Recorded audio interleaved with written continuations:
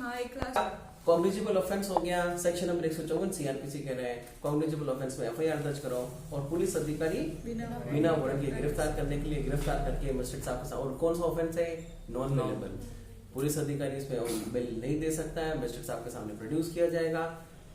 Magistrate साहब के सामने प्रोड्यूस करने के लिए कितने समय, सीआरपीसी में कौन सा सेक्शन है जो कि समय की व्याख्या करता है कि इतनी देर के अंदर अंदर उसको प्रस्तुत किया जाएगा?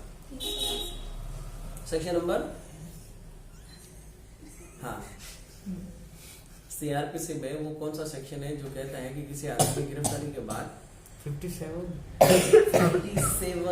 कितने घंटे के अंदर, कौन से समय को छोड़ के, एक्सक्लूडिंग टाइम ऑफ जर्नी, यात्रा के समय को छोड़कर 24 घंटे के अंदर पेश कर दिया। क्योंकि ऑफेंस कौन सा था? Non bailable. नॉन बेलेबल में मजिस्ट्रेट साहब के अलावा मतलब पुलिस अधिकारी को बेल दे नहीं पाएगा। मजिस्ट्रेट साहब के सामने प्रोड्यूस किया और उसने बात बता दी। इस तरह की बात है, हो सकता है वो क्या नॉन बेलेबल ऑफेंस में बेल ग्रांट की जा सकती है? क्या कर सकते हैं? सीआरपीसी का कौन सा सेक्शन है जो बताता है जमानत अजमानती अपराधों में?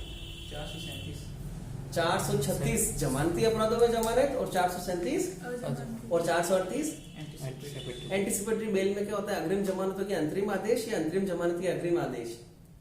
Interim order of anticipatory bail या anticipatory order of interim bail? अग्रिम जमानत के अंतरिम आदेश।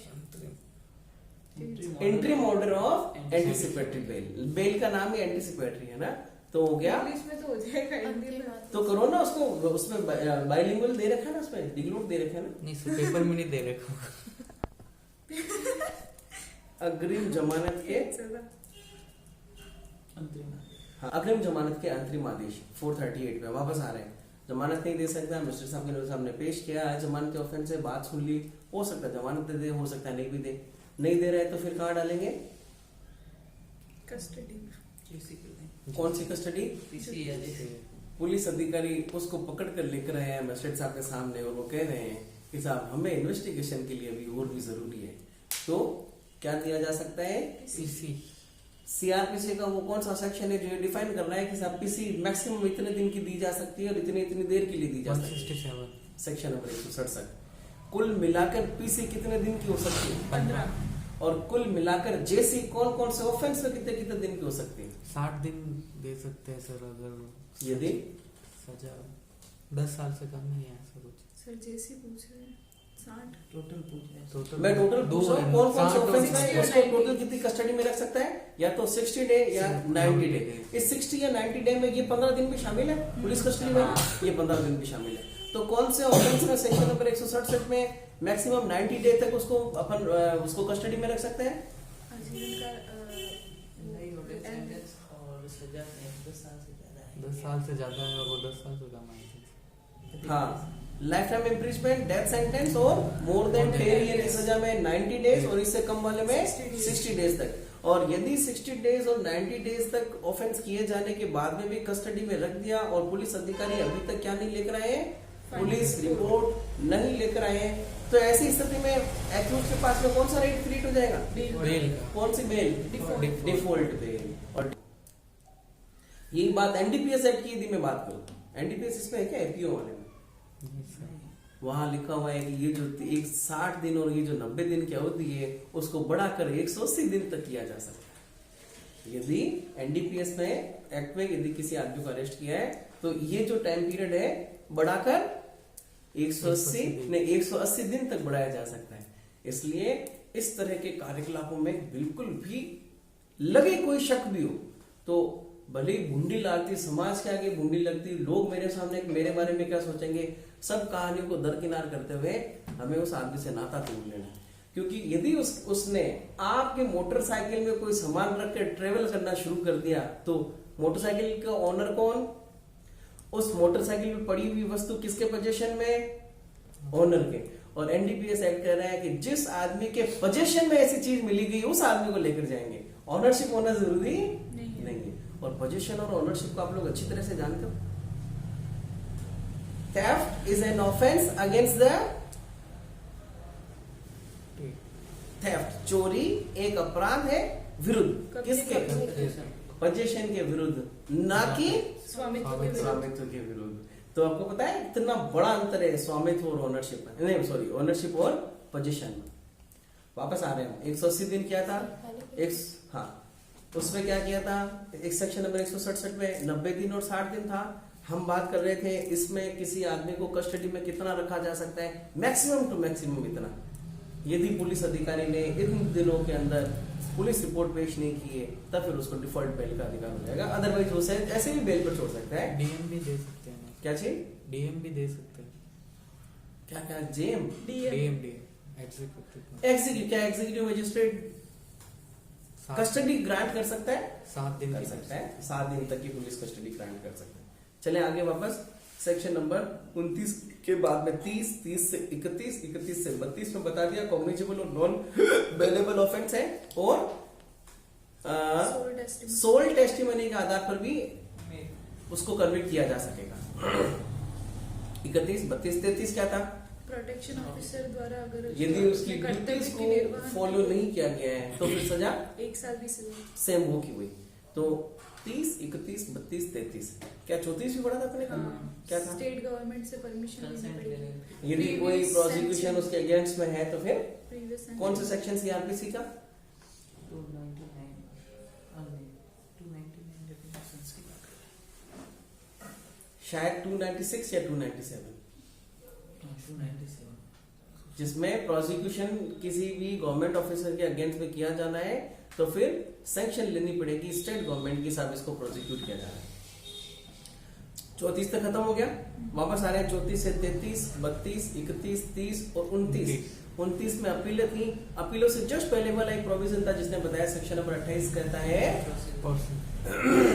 इस एक्ट में यदि कोई कार्यवाही मजिस्ट्रेट के द्वारा किया जा रहा है तो फिर कौन सी प्रोसीजर को फॉलो किया जाएगा, और 12 या फिर 23 के 23 के दो स्वयं के निर्धारित कर अनुसार। सकते हैं। 12 और 23 के 2 में, 23 का 2 क्या है, एक पक्षीय एक पक्षीय आदेश देना। अब वो एक पक्षीय आदेश देने में अपने हिसाब की कार्यवाही इस्तेमाल कर सकता है। तो सेक्शन नंबर 28 साथ ज्यादातर प्रोविजन कौन से होंगे, सीआरपीसी के, और इन 2 सेक्शंस को छोड़ दो, उसमें वो अपने स्वयं विवेक पर कार्यवाही कर सकता है। सेक्शन नंबर 28 खत्म। 27 क्या था, अधिकारिता का मतलब है कि साहब हमें कौन से मैजिस्ट्रेट के न्यायालय में जाके इस तरह की बात कहनी है, उस मैजिस्ट्रेट के न्यायालय में जिसके क्षेत्र अधिकार में इस तरह की घटना हुई है। किस किस तरह की घटना हुई है, या तो कॉज ऑफ एक्शन अराइज हुआ है, या एग्रीड पर्सन टेम्परेरी या परमानेंटली रह रहे हैं, या जहां पर रेस्पोंडेंट रह रहे हैं। हो गया 27। 26 में क्या रहा, केवल और केवल इसी एक्ट के तहत कार्यवाही नहीं होकर दूसरे एक्ट की भी कार्यवाही हो सकती है, जिसमें हमने देखा था फ्रेमिंग ऑफ चार्ज वो करना चाहे तो दहेज प्रतिषेध अधिनियम 1961 के तहत या इंडियन पेनल कोड के सेक्शन नंबर 498 के तहत भी फ्रेमिंग ऑफ चार्ज करके ट्रायल कर सकता है उसके साथ ही, क्योंकि देखा था हमने कि इसी से रिलेटेड बात सेक्शन नंबर 18, सेक्शन नंबर 19 और सेक्शन नंबर 20 में बताई जा रही है। हो गया 26 क्लियर। सेक्शन नंबर 25 क्या कहता है, परिवर्तन अवधि और परिवर्तन। तो फिर 2 तरह की बातें हैं, एक तो कौन सा आदेश में परिवर्तन कर रहे हैं, सेक्शन नंबर 18 के ऑर्डर में, और एक है इसके अलावा बाकी की कोई ऑर्डर। सेक्शन नंबर 18 के ऑर्डर में परिवर्तन या फिर चेंजेस कब किया जा रहा है, यदि एग्रीड पर्सन ने अपनी तरफ से बात कह दी है कि परिस्थिति ऐसी होगी कि बदल गई है तो कर देगा, और बाकी के सब सेक्शंस में ऑर्डर में यदि कोई चेंज करना है तो दोनों आवेदन कर सकते हैं, परिस्थितियां परिवर्तित या तो एग्रीड पर्सन भी करे और या फिर रेस्पोंडेंट भी करे। सर जैसे आपने जो कहा था वो हमने बात कर दी, अभी इस आदेश को खत्म करो सर। हो गया सेक्शन नंबर 25। अब इस 25 के बाद हमने देखी थी साहब सीआरपीसी में कि साहब क्या कोई मैजिस्ट्रेट अपने द्वारा दिए गए आदेश को चेंज कर सकता है, नहीं। सेक्शन नंबर 362 सीआरपीसी केवल कौन सी मिस्टेक्स को छोड़कर क्लरिकल और मैथमेटिकल मिस्टेक्स पर। सेक्शन नंबर 362 का एक एक्सेप्शन था सीआरपीसी में, सेक्शन नंबर 125 और 125 में हमने बताया था कि इसके पास 4 तरह की खासियत है। क्या क्या खासियत है सेक्शन नंबर 125 सीआरपीसी में? नंबर 1, क्रिमिनल एक्ट है उसके बावजूद अधिकारियों की बात सुनी जा रही है, भरण पोषण के अधिकार की बात, पर जबकि कोर्ट कौन सी है, क्रिमिनल है। नंबर 2, सेमी सिविल है। सेमी सिविल है तो कौन है, मतलब क्यों है सेमी सिविल, ये अधिकार की बात नहीं तो कोर्ट मैजिस्ट्रेट कोर्ट सुन रहा है। ये देखो अधिकारों की बात है, मैजिस्ट्रेट सुन रहा है। तीसरा, चेंजेस कर सकते हैं। कोई भी कोड सेक्शन नंबर 362 में अपने आदेशों में परिवर्तन और परिवर्तन नहीं कर पा रहा है, जबकि इसमें करता है। और सेक्शन नंबर 4 नहीं, पॉइंट नंबर 4, अपने द्वारा दिए गए आदेश को स्वयं सुनकर रद्द कर सकता है यदि परिस्थितियों में परिवर्तन हो गया है तो। क्या कोई भी कोर्ट अपने द्वारा दिए गए आदेशों में सुनकर रद्द कर सकता है? जबकि इसने क्या किया, एक आदेश दिया था पति को क्या देना, या तो एक मुश्त मेंटेनेंस दे या फिर मेंटेनेंस दे। पति और पत्नी के बीच में राजीपा हो गया, सेक्शन नंबर 127 में एक लिखा पटत पेश कर दी, दूसरी मैजिस्ट्रेट कोर्ट ने क्या किया, अपने आदेश को रद्द कर दिया। इस तरह की बात हम लोगों ने की थी जब हमने सेक्शन नंबर 25 का पढ़ा था। क्लियर? सेक्शन नंबर 25 चोइस क्या कहता है? फ्री कॉपी दी जा रही है 3 आदमियों को, प्रोटेक्शन ऑफिसर, पक्षकारों को और पुलिस थाने को, नहीं सर्विस प्रोवाइडर, पुलिस थाना और पक्षकार। किसके द्वारा? प्रोटेक्शन ऑफिसर के द्वारा। किसकी कॉपी? मैजिस्ट्रेटों के आदेशों की कॉपी। सेक्शन 24 हो गया। सेक्शन 23 की बात की थी। 23 ने कहा section number sub section number 1 और सब सेक्शन नंबर 2, जो बात अभी भी यही चल रही है, री पर रे मो क्यू को एक्स की यदि बात करूं तो सेक्शन नंबर 23 कह रहा है या तो इंट्रीम ऑर्डर दिया जा सकता है या फिर एक्स पार्टी आदेश दिया जा सकता है। क्या इंट्रीम ऑर्डर दे सकती है मैजिस्ट्रेट की कोर्ट? कि हाँ दे सकती है, कोई बात नहीं। इंट्रीम ऑर्डर सेक्शन नंबर 18 में हमने बात कहा, या तो प्रोटेक्शन आदेश दिया जा सकता है या इंट्रीम प्रोटेक्शन ऑर्डर दिया जा सकता है कि साहब कार्यवाही के दौरान भी इंट्रीम प्रोटेक्शन ऑर्डर दे दिया जा सकता है। तो इंट्रीम ऑर्डर हो गया। और सेक्शन नंबर 23 का 2 कहता है एक्स पार्टी। पर यदि एक्स पार्टी का मतलब क्या होता है? सुनने का अवसर। सेक्शन नंबर 125 की भी बात करता हूं मैं वापस सीआरपीसी के। क्रिमिनल कोर्ट किसी भी क्रिमिनल मतलब सीआरपीसी किसी भी क्रिमिनल कोर्ट को एक्स पार्टी ऑर्डर दिए जाने के लिए कॉम्पिटेंट नहीं बनाती जब तक कि दूसरे आदमी को सुन नहीं लिया जाएगा, तब तक कि वो आदेश नहीं देती। जबकि सिविल कोर्ट क्या कहता है, अगर सुनने का युक्ति अवसर दे दे और वो नहीं आ रहा है तो फिर सिविल कोर्ट क्या दे सकती है? एक्स पार्टी ऑर्डर दे सकती है। सेक्शन नंबर 125 सीआरपीसी कह रहे हैं कि साहब किसी को सुनने का मौका दिए जाने के बावजूद भी यदि वो नहीं आ रहा है तो क्रिमिनल कोर्ट में नहीं सॉरी सीआरपीसी में मैजिस्ट्रेट की कोर्ट सेक्शन नंबर 125 के तहत एक्स पार्टी आदेश दिए जाने के लिए सक्षम है। ठीक है, सेम इसी तरह की बात, क्या मैजिस्ट्रेट एक्स पार्टी आदेश दे सकता है? दे पा रहा है। कब दे पा रहा है? इसका एक विशेष कारण लिखा, प्राइमा फेसिस लगता है। प्रथम दृष्टया लगता है कि वास्तव में मामला हुआ है, और सेकंड शपथ पत्र पर। किसके शपथ पत्र पर? एग्रीव्ड पर्सन के शपथ पत्र पे। ये 2 कंटेंट को याद रखना। सेक्शन नंबर 23 खत्म करके हम लोग आते हैं 12 पर। आ जाओ, क्या कहता है 12? आवेदन। अच्छा, 12 से पहले बाकी के सेक्शंस की बात करते हैं। सेक्शन नंबर 2 में कुछ डेफिनेशंस पढ़ी, सेक्शन नंबर 3 में किसकी डेफिनेशन, जो कौन से चैप्टर में? 2 में। चैप्टर नंबर 2 में एक ही सेक्शन है, सेक्शन नंबर 3। फिर आगे की बात की हमने चैप्टर नंबर 3 की, जो सेक्शन नंबर 12 से सॉरी चैप्टर सेक्शन नंबर 4 से शुरू हो रहा है, 11 तक चलेगा। इसमें क्या क्या आप कहानी बताइए? 4, 5, 6, 7, 8, 9, 10 और 11, ये 8 सेक्शंस हैं जो क्या बता रहा है कि साहब कौन कौन आदमी होगा और कौन कौन तरह की चीजें होगी जो हम इस एक्ट में पढ़ेंगे। तो सेक्शन नंबर 4 ने कहा प्रोटेक्शन ऑफिसर को सूचना। यदि किसी भी प्रोटेक्शन ऑफिसर को या तो एग्रीव्ड पर्सन ने या एग्रीव्ड पर्सन के बिहाफ पर उसके किसी रिलेटिव ने या किसी भी अननोन आदमी ने सूचना दी है तो एग्रीव्ड पर्सन क्या करेगा? मजिस्ट्रेट को रिपोर्ट करेंगे। सेक्शन नंबर 4 के बाद में section number 5 police officer, magistrate, protection officer या फिर सर्विस प्रोवाइडर के पास में यदि कोई महिला जाहिर जा रही है, इस तरह की बात हो रही है, तो फिर उनको क्या इंफॉर्मेशन दी जाएगी महिला को? ये राइट्स है, आप कौन सा ये राइट्स है, आप चाहो तो इनकी मांग कर सकते हो। 498A की कार्रवाई हो सकती है, और चाहो तो आपको सर्विस प्रोवाइडर अवेलेबल करवा सकते हैं, ये करवा सकते हैं, आपको बोलो क्या चाहिए। वो यदि इस चीज पर एग्री होंगी तो कार्रवाई होगी। ऐसे नहीं कि मजिस्ट्रेट साहब ने अपने हिसाब से स्वयं विवेक पर कॉग्निजेंस लिए जाने के लिए कॉम्पिटेंट नहीं बनाना है ये मैजिस्ट्रेट, ये वाली कोर्ट मैजिस्ट्रेट की कोर्ट को, है ना। तो सेक्शन नंबर 5 में ये वाली बातें बता दी। सेक्शन नंबर 6 शेल्टर होम कौन होगा? एग्रीव्ड पर्सन के साथ में यदि बहुत ज्यादा ही मार पिटाई हो गई है या फिर ऐसी हिंसा हुई है तो, या फिर वो थोड़ा सा मतलब मेंटली एब्सेंट हो चुकी है, तो फिर उसको कहाँ प्रोवाइड कहाँ रखा जाएगा? शेल्टर होम में। सेक्शन नंबर 6 सेक्शन नंबर 7 यदि उसके साथ उसको मेडिकल की जरूरत है तो फिर मेडिकल एफर्ट्स दिए जाएंगे। सेक्शन नबर 7 प्रोटेक्शन ऑफिसर की नियुक्ति। 8 क्या है? नियुक्ति। प्रोटेक्शन ऑफिसर की नियुक्ति किसके द्वारा हो रही है? State government. किसके अधीन काम करेगा? मजिस्ट्रेट। सेक्शन नंबर ड्यूटी इसकी प्रोटेक्शन ऑफिसर प्रोटेक्शन ऑफिसर कौन सी रिपोर्ट बनाकर लेके आएगा? घटना घरेलू घटना डोमेस्टिक इंसिडेंट रिपोर्ट बनाकर मजिस्ट्रेट साहब के सामने प्रोड्यूस करेगा और मजिस्ट्रेट इसी तरह का कोई आदेश देते वक्त डोमेस्टिक इंसिडेंट रिपोर्ट को पढ़ने देखकर कोई आदेश देगा। शेल लिखा हुआ शब्द अपन ने पढ़ा था कहीं, है ना? तो ये काम हो गए डोमेस्टिक के प्रोटेक्शन ऑफिसर के सेक्शन नंबर 9 में। सेक्शन नंबर 10 के बाद तो सर्विस प्रोवाइडर कौन है? वही जो अपन ने चीजें में पढ़ा था, स्टेट गवर्नमेंट के द्वारा स्टेट गवर्नमेंट से अपनी संस्था को रजिस्ट्री करवा दिया गया। ये था सेक्शन नंबर 10। सेक्शन नंबर 11 सरकार के कार्य और कर्तव्य क्या होंगे? अवेयरनेस बढ़ाया जाएगा ऐसे इस तरह के काम प्रचार प्रसार करेगा। कौन सी सरकार? स्टेट गवर्नमेंट दोनों ही है, क्योंकि हालांकि काम तो राजस्थान के इसके द्वारा भी हो सकता है, एश्योर सेंटर के द्वारा भी हो सकता है। सेक्शन नंबर 12 पर आ गए। क्या कहा सेक्शन नंबर 12 ने? कि साहब इस अधिनियम के तहत क्या वाद पत्र फाइल किया जाएगा या दावा मुकदमा फाइल किया जाएगा या रिट याचिका दायर की जाएगी या फिर क्या पेश किया जाएगा? एप्लीकेशन प्रोड्यूस किया जाएगा, मतलब प्रेजेंट किया जाएगा मजिस्ट्रेट साहब के सामने आवेदन। और ऐसे आवेदन को प्रस्तुतिकरण होते ही मतलब महिला ने रखा कि साहब मुझे इस तरह का आदेश की जरूरत है, मेरे साथ ऐसा हो रहा है, तो ऐसे आवेदन को स्वीकार किए जाने के कितने दिन के बाद में प्रथम सुनवाई किए जाने के लिए निश्चित करेगा मजिस्ट्रेट साहब? 3 दिन के बाद करेगा। और इस तरह की कार्यवाही ऐसा शुरुआत होने के कितने दिन के दिन खत्म करने के बाद करेगा? प्रथम सुनवाई से 60 डेज के प्रथम सुनवाई से 60 डेज या रजिस्ट्रीकरण से देखो प्रथम सुनवाई है।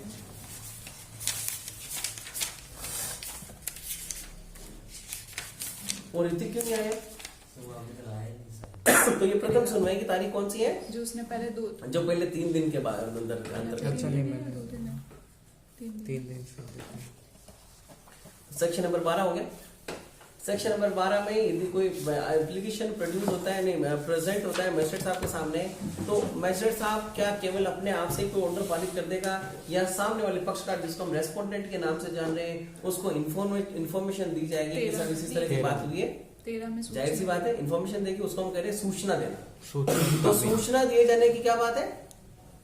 2 दिन के भीतर है ना, मतलब वो जो प्रोटेक्शन ऑफिसर को दे रहा है ना, उसके 2 दिन के अंदर वो तामील करवाएगा या फिर ऐसे समय में तामील करवाएगा जैसा कि मजिस्ट्रेट साहब उचित समझे। हो सकता है तामील करवाने के लिए गया पर वो आदमी वहां पर मौजूद ही नहीं है, वापस लेके आएगा तामील उसकी कि सर ये आदमी मिला नहीं है। अब मजिस्ट्रेट साहब क्या करेंगे? नेक्स्ट तारीख पर देंगे कि साहब इस तरह की बात है, अब वापस से तामील हो जाए।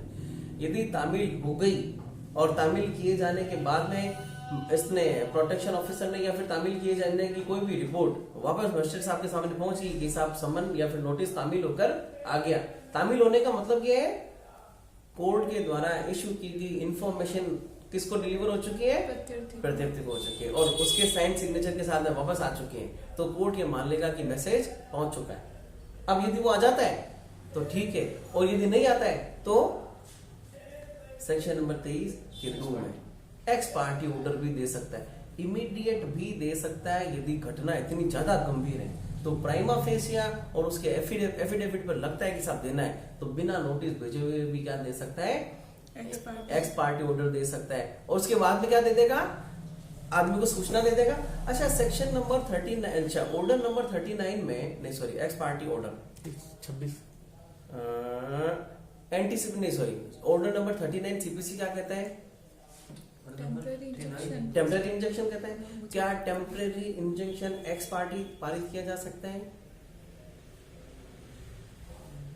बिल्कुल किया जा सकता है, पर कोर्ट क्या कहता है कि ऐसा एक्स पार्टी ऑर्डर इस शर्त पर पारित किया जाएगा कि ऐसे एक्स पार्टी ऑर्डर की सूचना आप किसको दोगे? इमीडिएट रेस्पोंडेंट को।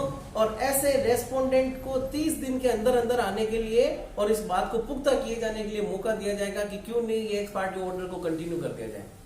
तो सेम इसी तरह की बात, यदि एक्स पार्टी ऑर्डर दे दिया जाता है तो सेक्शन ऑर्डर नंबर 39 का प्रोविजन कि एक्स पार्टी ऑर्डर दिए जाने के बाद रेस्पोंडेंट को बुलाया जाएगा और जाहिर सी बात है रेस्पोंडेंट आएगा कि साहब मेरे विरुद्ध आपने एक्स पार्टी ऑर्डर कैसे कर दिया, और उस एक्स पार्टी ऑर्डर की लीगलिटी को यदि वो चैलेंज करता है और उस लीगलिटी को डिक्लेयर कर दिया जाता है कि साहब महिला के द्वारा जो प्राइमा फेसिया सिचुएशन बताई गई या फिर जो एफिडेविट प्रोड्यूस किया गया है वो क्या है? फॉल्स एविडेंस पर या फॉल्स फैक्ट प्रोड्यूस किए गए और मैजिस्ट्रेट इस बात से कन्विंस हो जाते हैं, तो फिर एक्स पार्टी ऑर्डर रिवोक हो जाएगा। अब क्या होगी? उसकी पूरी की पूरी ट्रायल जैसे कि अमूमन होती है।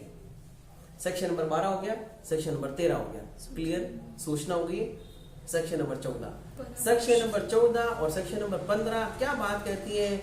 जब हम फैमिली कोड एक्ट 1984 के पारिवारिक न्यायालय की अधिनियम की बात करते हैं तो उसमें कुछ कंटेंट दे रखे हैं क्या कि जैसे ही फैमिली कोड से रिलेटेड कोई मैटर जो हस्बैंड वाइफ से रिलेटेड है किसी कोर्ट में आते हैं तो फर्स्ट लायबिलिटी ये है कि पहले हस्बैंड और वाइफ को क्या दिया जाए? काउंसलिंग करवाई जाए कि कहीं ऐसा नहीं हो कि साहब किसी छोटी सी बात पर ही हस्बैंड वाइफ के बीच में लड़ाई तकरार हो गई हो। तो सेक्शन नंबर 14 मजिस्ट्रेट कोर्ट को कौन सी फर्स्ट क्लास जुडिशियल मजिस्ट्रेट और मेट्रोपॉलिटन मजिस्ट्रेट को कॉम्पिटेंसी दे रहा है किस बात की कि वो चाहे तो हस्बैंड और वाइफ के लिए एक काउंसलिंग प्लेटफॉर्म अवेलेबल करवा सकता है जिससे कि हस्बैंड और वाइफ के बीच में किसी तरह की कोई बात हो।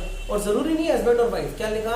एब्यूज पर्सन और रेस्पोंडेंट के बीच काउंसलिंग करवा दे, समझ जाए बात वहां की वहीं खत्म हो जाए। तो सेक्शन नंबर 14 ने क्या कहा? काउंसलिंग करवाए जाने की प्रोविजन। सवाल इसमें से ऐसा बनता है कि ऐसे काउंसलिंग के ऑर्डर दिए जाने के बाद अगली सुनवाई कितने दिन के भीतर होगी? 60 days। लिखा है विदिन 2 months, 2 महीने के अंदर अगली हियरिंग रखेंगे यदि काउंसलिंग में वो काम नहीं बैठा है तो। 14 क्लियर? किसकी सहायता के लिए हुआ है? मजिस्ट्रेट की सहायता के लिए। और किसको काउंसलिंग दी जा रही है? प्रत्यर्थी और रेस्पोंडेंट को, सॉरी एग्रीड पर्सन और रेस्पोंडेंट। सेक्शन नंबर 15 ने लिखा कि साहब ये वाले जो सेक्शन नंबर 14 वाली बात थी वो तो थी उन लोगों के लिए, और सेक्शन नंबर 15 कह रहे हैं मजिस्ट्रेट खुद चाहे तो किसी भी आदमी की असिस्टेंट या फिर एड ले सकता है। कौन आदमी होगा? ऐसे परिवार से जिसके संबंध में ऐसा आवेदन प्रस्तुत किया गया है, उनके परिवार का कोई एक मुखिया जो विशेष रूप से कौन हो? महिला है तो ठीक है, नहीं तो फिर कौन हो सकता है? गैर महिला भी हो सकते हैं। उसे बात कर सकते हैं कि साहब इस तरह की समस्या का समाधान किस तरह से किया जा सकता है, क्या बात करें क्या नहीं। हो गया सेक्शन नंबर 15। तो 14 और 15 के बाद में नेक्स्ट कार्यवाही आ गई सेक्शन नंबर 16 की, जो क्या कह रही है? Camera proceeding. ट्रायल ये जो प्रोसीडिंग्स होगी वो कौन सी होगी? कैमरा प्रोसीडिंग्स का मतलब होता है बंद न्यायालय में किए जाने वाली बातें। और सीपीसी के कौन से ऑर्डर में हम इस तरह की बात पढ़ रहे हैं? कुटुंब से संबंधित कार्यवाही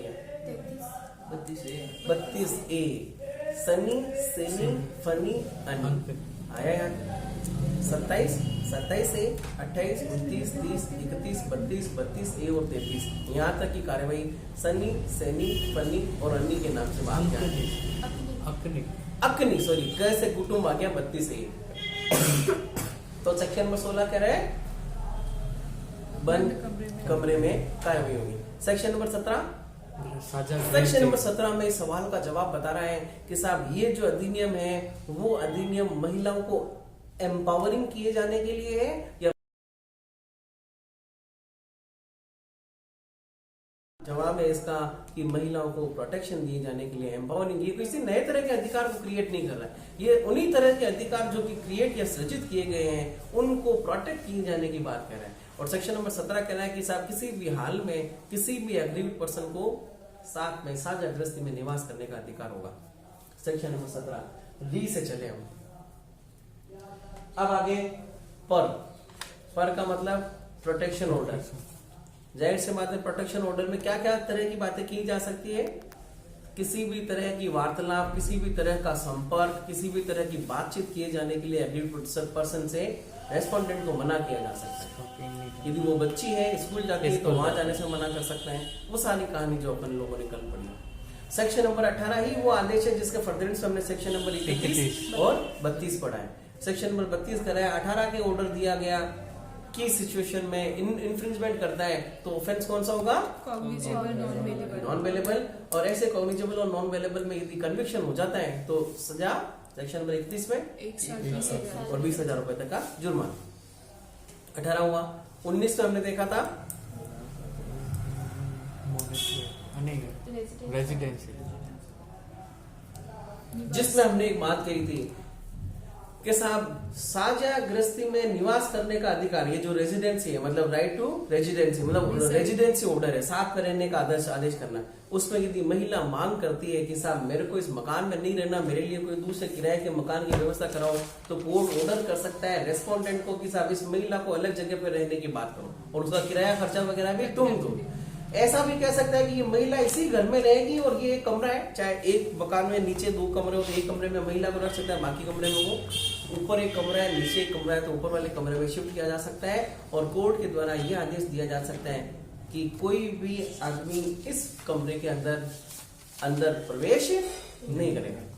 पर एक क्लियर एक एक्सप्लेनेशन दिया है कि किसी कमरे में प्रवेश नहीं करने की जो निषेधाज्ञा ऑर्डर है वो किसके फेवर में, किसके विरुद्ध नहीं दिया जा सकता है, किसी महिला रेस्पोंडेंट के अगेंस्ट में नहीं दिया। हाँ, पुरुष रेस्पोंडेंट है तो उसके अगेंस्ट में दिया जा सकता है। मेरे हिसाब से तो घर छोड़ने का आदेश है, महिला के खिलाफ नहीं दिया। एक ही चीज है ख वाला। हाँ, क्या है? बी में कह रहा है directing the respondent to remove himself from the shared house. साझी गृहस्थी को छोड़ने का, साझी गृहस्थी को छोड़ने का, अच्छा घर में प्रवेश करने वाली बात नहीं है, साझी गृहस्थी को छोड़ने का अधिकार है, मतलब ऑर्डर है। पर ऐसा ऑर्डर किसको नहीं दिया जा पा रहा है? महिला को नहीं दिया जा पा रहा है। सेक्शन नंबर 19 की ये एक इंपॉर्टेंट बात थी। अब कौन कौन से ऑर्डर बचे हैं? सेक्शन नंबर 20, 21 और 22 क्या है? धन्य। पहला तो कस्टडी ऑर्डर और कंपेंसेशन ऑर्डर। 20 कंपनसेशन ऑर्डर, देखो 20 मॉनेटरी रिलीफ है। 20 मॉनेटरी। 20 को हमने याद किया है, देखो आप उसको याद रखना। 20 को हमने मॉनेटरी से कैसे याद किया है? 20 में भी 0 है और मॉनेटरी में भी एक 0 आ रहा है, तो 20 को एमओ से याद करना है। एमओ का मतलब हो गया मॉनेटरी ऑर्डर, फिर उसके ऊपर की सीक्वेंस बना देना। ये 20 है तो फिर वो 19 हो गया, 18 हो गया, 17 हो गया, और ये 20 है तो फिर ये 21 हो गया, 22 हो गया, 23 हो गया। एक लाइन है जो थोड़ी विचित्र है, उठपटाएंगे, पर 4-5 बार यदि हम एक ही चीज को पढ़ रहे हैं तो हमें वो याद हो सकती है। जैसे कि नलिनी बिना देखकर बताएगी, क्या लाइन है? री पर रे मो क्यू को एक्स। री पर रे मो क्यू को एक्स।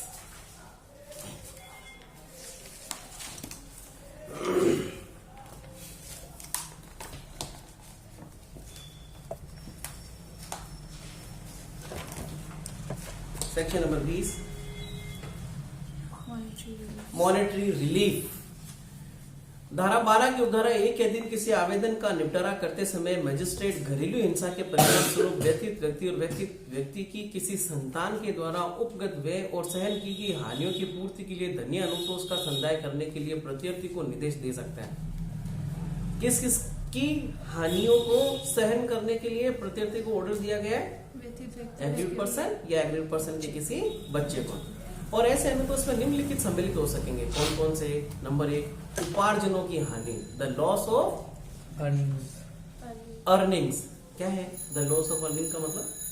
काम धंधा कर रही होगी कुछ ऐसा। यदि कोई महिला काम धंधा कर रही थी और ऐसी हानियों की नहीं, ऐसी हिंसा की वजह से वो महिला काम धंधे पर नहीं जा पाई, तो द मेडिकल एक्सपेंसेज, यदि महिला कोई बीमार है और उससे डिमांड कर रही है और वो डोमेस्टिक रिलेशन में रह रही है पर वो रेस्पोंडेंट उसके साथ में वायलेंस कर रहा है, तो उससे मेडिकल एक्सपेंसेज की मांग की जा सकती है। व्यथित व्यक्ति के नियंत्रण में से किसी संपत्ति के नाश, नुकसानी या हटाए जाने के कारण हुई हानि। क्या बात की थी हमने? मॉनेटरी अब्यूज की जो बात हुई थी, जिसमें हमने सेक्शन नंबर 3 में कहा था कि साहब इकोनॉमिकल अब्यूज की बात चलती है तो उसमें कौन कौन सी प्रॉपर्टियां शामिल है? जॉइंट या इंडिपेंडेंट भी हो सकते हैं। जॉइंट प्रॉपर्टी को भी यदि वो इन्वेस्ट करता है तो उसमें भी कहा जाएगा कि उन्होंने इकोनॉमिकल अब्यूज किया है उनके साथ में। तो यदि कोई ऐसी तरह की बात होती है तो उसको भी रिस्टोर करवाए जाने का आदेश दे सकते हैं। रेस्पोंडेंट व्यक्ति के साथ साथ उसकी संतान यदि कोई हो के लिए भरण पोषण, जिसमें दंड प्रक्रिया संहिता की धारा 125 या तत्समय प्रवर्तित किसी अन्य। अच्छा, ये तत्समय प्रवर्तित किसी अन्य विधि का मतलब कौन सी विधि है? सीपीसी। नहीं, सीपीसी में भी तो वही कर रहे हैं ना सर, 125 में डाउरी वगैरह में या फिर अच्छा। हिंदू लोग, हिंदू मैरिज एक्ट में सेक्शन नंबर 24-25 में भी तो मेंटेनेंस की मांग की जा रही है। किसी अन्य विधि के अधीन कोई भी आदेश या भरण पोषण के आदेश के अतिरिक्त कोई आदेश सम्मिलित होगा। यदि ये जो मेंटेनेंस के अलावा भी मेंटेनेंस का ऑर्डर है वो एक अलग ऑर्डर होगा, और ये जो मॉनेटरी रिलीफ वाली ऑर्डर होगा वो एक उसके एडिशन में होगा।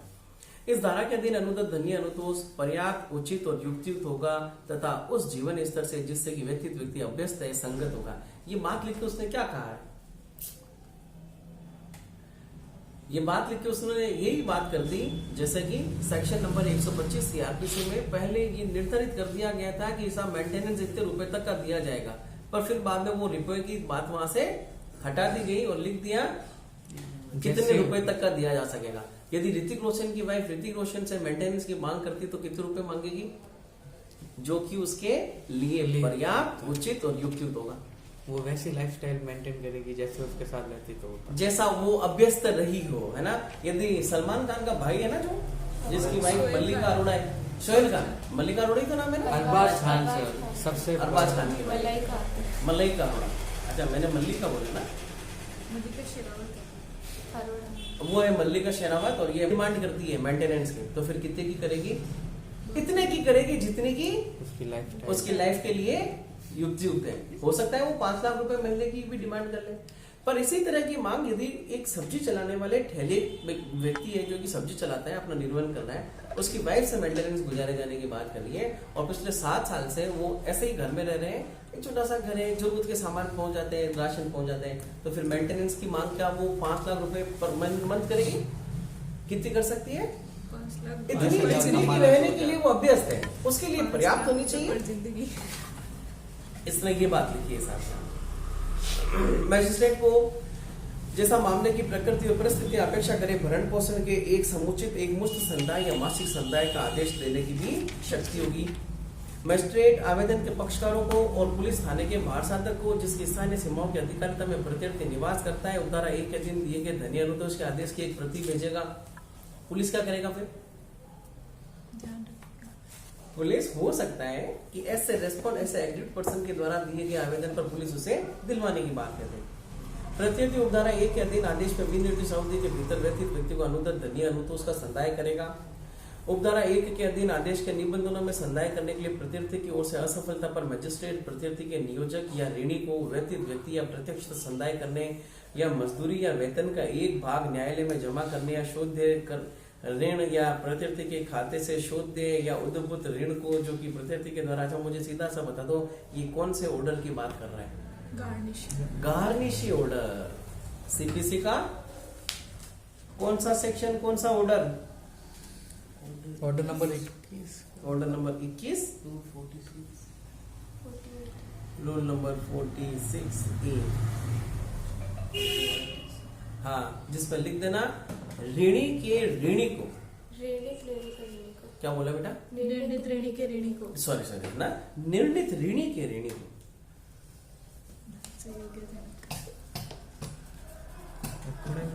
डेप्टर ऑफ जजमेंट डेप्टर, निर्णित ऋणी के ऋणी। उस पर लिखा हुआ है क्या? इस एक्ट पे लिखा हुआ है क्या? जिसको हम कह रहे हैं गार्निशी। 48 है। हाँ सर 48 है। पहले क्यों नहीं बोला?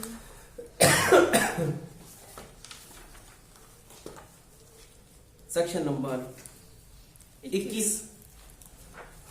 कस्टडी किसकी मांग कर रहे हैं साहब को? कौन सी किसकी कस्टडी करेंगे? यदि बच्चा भी है कोई उनके साथ में, तत्समय पूर्वक किसी भी अन्य विधि में अंतर्विध किसी बात के होते हुए मैजिस्ट्रेट इस अधिनियम के अधीन संरक्षण आदेश या किसी अनुतोष के लिए आवेदन की सुनवाई के किसी प्रक्रम पर व्यक्ति को या उसकी ओर से आवेदन करने वाले व्यक्ति को किसी संतान की अस्थायी अभिरक्षा कौन सी कस्टडी दे रहे हैं? Temporary.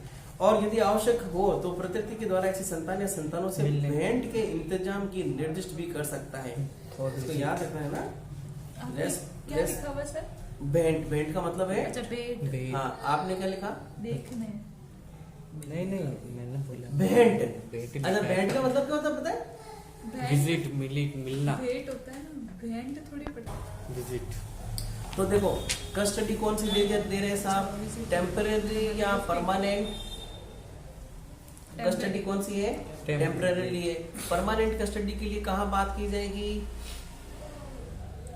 Adoption and minority and adoption, जो भी कस्टमरी लॉ है, हिंदू का हिंदू के हिसाब से, मुस्लिम का मुस्लिम के हिसाब से।